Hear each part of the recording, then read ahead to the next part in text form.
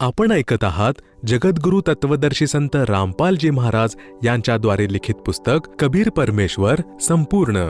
विषय मंशूर अलीचा उद्धार कबीरजी यांनी केला. परमात्मा कबीरजी आपल्या सिद्धांतानुसार एक पुण्यात्मा समस्तरबेज मुसलमान यांना जिंदाबाबांच्या रूपात भेटले होते. त्यांना अल्लाह अकबर कबीर परमात्मा म्हणजेच आपल्याविषयी समजावले, सतलोक दाखवले, पुन्हा आणून सोडले. त्याच्यानंतर कबीर परमात्मा म्हणजेच जिंदाबाबा भेटले नाहीत. त्यांना केवळ एक मंत्र दिला, अनल हक. याचा अर्थ मुसलमान चुकीचा करत की मी तोच आहे म्हणजे मी अल्लाह आहे, अर्थात जीवच ब्रह्म आहे. तो यथार्थ मंत्र सोहम आहे. याचा कोणताही अर्थ काढून स्मरण करायचे नसते. याला परब्रह्म म्हणजे अक्षर पुरुष यांचा वशीकरण मंत्र मानून जप करायचा असतो. समस्तरबेज परमात्माने दिलेला मंत्राचा जप करत होता. त्याचा आश्रम बगदाद, सध्या ती इराक देशाची राजधानी, या शहराच्या बाहेर जंगलामध्ये होता. एका ठिकाणी असे देखील लिहिले आहे की परमेश्वर कबीरजी यांनी समस्तरबेज यांना प्रेरणा देऊन दूर पाठवले होते. स्वतः समस्तरबेज यांचा वेश धारण करून तेच खऱ्या समस्तरबेजच्या आश्रमात राहायला लागले. नंतर मुलतान शहरामध्ये केलेल्या लीलेच्या शेवटी समस्तरबेज यांना मुलतान शहरामध्ये पाठवले. त्यावेळी मुहम्मदने मंशूर म्हणजे शरीर सोडलेले होते. असली समस्तरबेज मौनी झाला होता, बोलू शकत नव्हता. खूप वर्षांपासून त्याची हीच दशा होती, परंतु स्वस्थ होता. कबीर परमेश्वरजी यांनीही जाणीवपूर्वक मुलतानमध्ये खूप दिवसांपासून मौन धारण केलेले होते. ज्या दिवशी खरा समस्तरबेज मुलतानमध्ये आला त्याच दिवशी परमात्मा कबीरजी फिरण्याच्या निमित्ताने प्रतिदिनप्रमाणे आश्रमाच्या बाहेर गेले, फिरून आलेच नाही. त्यावेळी कबीरजी समस्तरबेज दररोज परतून येत असत. त्याचवेळी समस्तरबेज यांनी आश्रम पाहिला, त्यामध्ये गेले. उपस्थित व्यक्तींना काहीच समजले नाही. त्यांना वाटले की पीर समस्तरबेज फेरफटका मारून परत आले आहेत.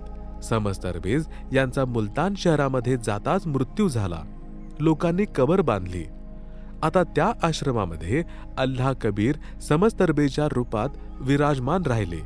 त्या नगराच्या राजाची एक मुलगी होती जिचे नाव शिमली होते. समस्तरबेज यांचे ज्ञान व सिद्धीने प्रभावित होऊन त्यांची परमभक्त झाली. तिने दिवस रात्र नाम जप केला. सद्गुरूंची सेवा करण्यासाठी प्रतिदिन आश्रमात जाऊ लागले. वडिलांची आज्ञा घेऊन जात होती. मुलीचा साधू भाव पाहून पिता देखील अडवू शकला नाही. ती प्रतिदिन सकाळी तसेच सायंकाळी सद्गुरुजींना भोजन स्वतः तयार करून घेऊन जात असे. कोण्या व्यक्तीने मंशूर अलीला सांगितले की तुमची बहीण शिमली सायंकाळी आश्रमामध्ये एकटीच जाते. हे शोभनीय नाही. नगरामध्ये निंदा नालस्ती होत आहे. एका सायंकाळी जेव्हा बहीण शिमली संतजींचे भोजन घेऊन आश्रमात गेली तेव्हा भाऊ मंशूर लपतछपत तिच्या मागे मागे आश्रमापर्यंत गेला. भिंतीच्या छिद्रामधून आत काय चाललं आहे ते बघू लागला. मुलीने संतांना भोजन खाऊ घातले. नंतर संतजींनी ज्ञान ऐकवले. मंशूर देखील ज्ञान ऐकत होता. तो जाणू इच्छित होता की हे दोघे काय बोलत आहेत, काय हालचाल करतील. प्रत्येक क्रिया जी शिमली व संत समस्तरबेज करत होते तसेच जे बोलत होते ध्यानपूर्वक ऐकत होता. इतर दिवशी तर अर्धा तास सत्संग करत होता, त्या दिवशी 2 तास सत्संग केला. मंशूरने देखील प्रत्येक वचन ध्यानपूर्वक ऐकले. तो तर दोष पाहू इच्छित होता, परंतु ते तत्वज्ञान ऐकून कृतार्थ झाला. परमात्मा यांची भक्ती अनिवार्य आहे. अल्लाह साकार आहे, कबीर आहे. आकाशात वर विराजमान आहे. पृथ्वीवर देखील मानव शरीरात प्रकट होतात. सत्संग झाल्यानंतर संत समस्तरबेज तसेच बहीण शिमली यांनी दोन्ही हात समोर करून परमात्मा यांच्याकडे प्रसाद मागितला. आकाशातून 2 कटोरे आले. दोघांच्या हातावर येऊन थांबले. समस्तरबेजने त्या दिवशी अर्धे अमृत प्यायले. शिमली बहीण सर्व प्यायली. समस्तरबेज म्हणाले की मुली, हे माझे शिल्लक राहिलेला अमृत प्रसाद आश्रमाच्या बाहेर उभ्या असलेल्या कुत्र्याला पाज. त्याचे अंतःकरण पापाने भरलेले आहे, त्याचे हृदय पवित्र होईल. शिमली गुरुजींचा शिल्लक राहिलेला प्रसाद घेऊन भिंतीजवळ गेली. गुरुजींनी सांगितले की त्या छिद्रामधूनच फेक. बाहेर जाशील तर कुत्रा पळून जाईल. मुलीला तर गुरुजींच्या प्रत्येक वचनाचे पालन करायचे होते. शिमलीने त्या छिद्रामधून अमृत फेकले ज्यामधून मंशूर हेरगिरी करत होता. स्वाभाविकतः मंशूरचे तोंड थोडे उघडे होते. त्यामध्ये सर्व अमृत गेले. मंशूरचे अंतःकरण साफ झाले. त्याची इच्छा सद्गुरूंना भेटण्यासाठी प्रबळ झाली. तो आश्रमाच्या दरवाजाजवळ आला. शिमलीने ओळखले. ती घाबरली, बोलली नाही. मंशूर सरळ गुरु समस्तरबेज यांच्या चरणावर नतमस्तक झाला. आपल्या मनातील पाप सांगितले. आपल्या उद्धाराची भीक मागितली. समस्तरबेजने दीक्षा दिली. मंशूर दररोज आश्रमात जाऊ लागला. अनल हक मंत्राचा बोलून बोलून जप करू लागला. मुस्लिम समाजाने विरोध केला, म्हणत की मंशूर काफिर झाला आहे, परमात्म्याला मानवासमान सांगतो आहे, असे म्हणतो की पृथ्वीवर परमात्मा येतात. अनल हकचा अर्थ चुकीचा करून म्हणत की मंशूर आपल्यालाच अल्लाह सांगतो. याला जिवंत जाळा अथवा अनल हक म्हणणे बंद करण्यास सांगा. मंशूर राजाचा मुलगा होता. यामुळे कोणाची हिंमत होत नव्हती की मंशूरला मारून टाकावे. जर कोणी सामान्य व्यक्ती असती तर केव्हाचेच राम नाम सत्य केले असते. नगरातील हजारो व्यक्ती राजाजवळ गेले. राजाला मंशूरची चूक सांगितली. राजाने सगळ्यांच्या समोर मंशूरला समजावले, परंतु तो अनल हकचा जप करत राहिला. उपस्थित व्यक्तींना राजाने सांगितले की जनतेनेच सांगावे की मंशूरला काय दंड देण्यात यावा. जनतेने सांगितले की मंशूरला चौकामध्ये बांधून ठेवण्यात यावे. नगरातील प्रत्येक व्यक्ती एक एक दगड, जो जवळपास अर्धा किलोग्रामचा असेल, मंशूरला फेकून मारा. तसेच सांगा की सोडून दे काफिराची भाषा. जर मंशूर अनल हक म्हणाला तर दगड मारा, पुढे निघून जा. दुसरा देखील हेच करेल. त्रस्त होऊन मंशूर अनल हक म्हणायचे सोडून देईल. नगरातील सर्व नागरिक एक एक दगड घेऊन रांग बनवून उभे राहिले. त्या नागरिकांमध्ये भक्तमती शिमली पण रांगेमध्ये उभी होती. तिने दगड एका हातामध्ये ठेवला होता, तसेच दुसऱ्या हातामध्ये फूल घेऊन ठेवले होते. शिमलीने विचार केला की भक्त भाऊ आहे, दगडाच्या जागेवर फूल मारेल. जनतेमध्ये निंदा देखील होणार नाही, तसेच भावालाही कष्ट होणार नाही. प्रत्येक व्यक्ती, स्त्री पुरुष मंशूरला म्हणत की अनल हक म्हणणे सोडून दे, नाहीतर दगड लागेल. मंशूर बोलला, अनल हक, अनल हक, अनल हक, अनल हक. दगडही सोबत लागत होते. भक्तीमध्ये मस्त होऊन मंशूर अनल हक बोलतच होता. शरीर रक्तबंबाळ झाले, म्हणजेच खूप वाईटरित्या जखमी झाले होते.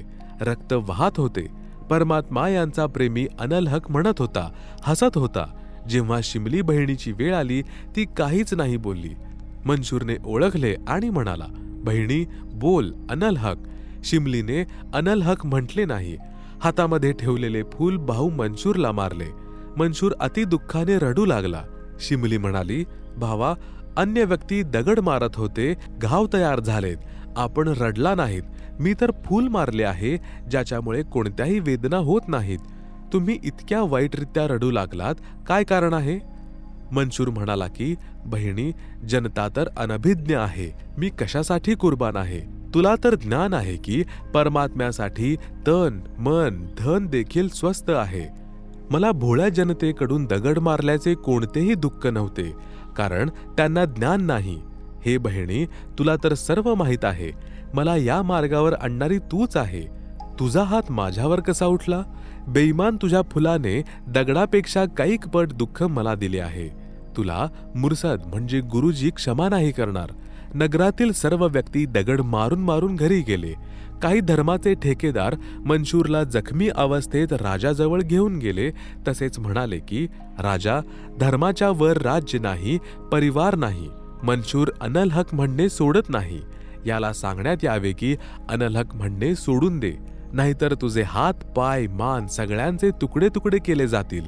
जर हे अनल हक म्हणणं सोडलं नाहीस तर या काफिराला तुकडे तुकडे करून जाळून त्याची राख नदीत टाकून दिली जाईल. मंशूरला समोर उभे करून सांगितले की एकतर अनल हक म्हणणे सोडून दे, नाहीतर तुझा एक हात कापला जाईल. मंशूरने हात त्या कापणाऱ्याकडे केला, जो तलवार घेऊन कापण्यासाठी उभा होता, आणि म्हणाला की अनल हक. त्या जल्लादाने एक हात कापून टाकला. पुन्हा सांगितले की अनल हक बोलणे सोडून दे, नाहीतर दुसरा हात देखील कापून टाकला जाईल. मंशूरने दुसरा हात त्याच्याकडे केला आणि म्हणाला, अनल हक. दुसरा हात देखील कापून टाकला. पुन्हा सांगितले की यावेळी अनल-हक म्हणालास तर तुझी मान कापली जाईल. मंशूर बोलला, अनल-हक, अनल-हक, अनल-हक. मंशूरची मान कापली गेली आणि जाळून राख नदीमध्ये टाकली. त्या राखेतून देखील अनल-हक, अनल-हक शब्द निघत होते. काही वेळानंतर 1000 मंशूर नगरीच्या गल्ल्या-गल्ल्यांमध्ये अनल-हक म्हणत फिरू लागले. सगळे घाबरून आपापल्या घरामध्ये बंद झाले. परमात्म्याने ती लीला संपवली. एक मंशूर गल्ल्या-गल्ल्यामधून फिरून अनल-हक म्हणू लागला. नंतर अंतर्ध्यान पावला. मंशूरचे नाव बदलून मुहम्मद ठेवले व त्याला घेऊन सद्गुरू समस्तरबेज मुलतान शहर पाकिस्तानकडे निघाले.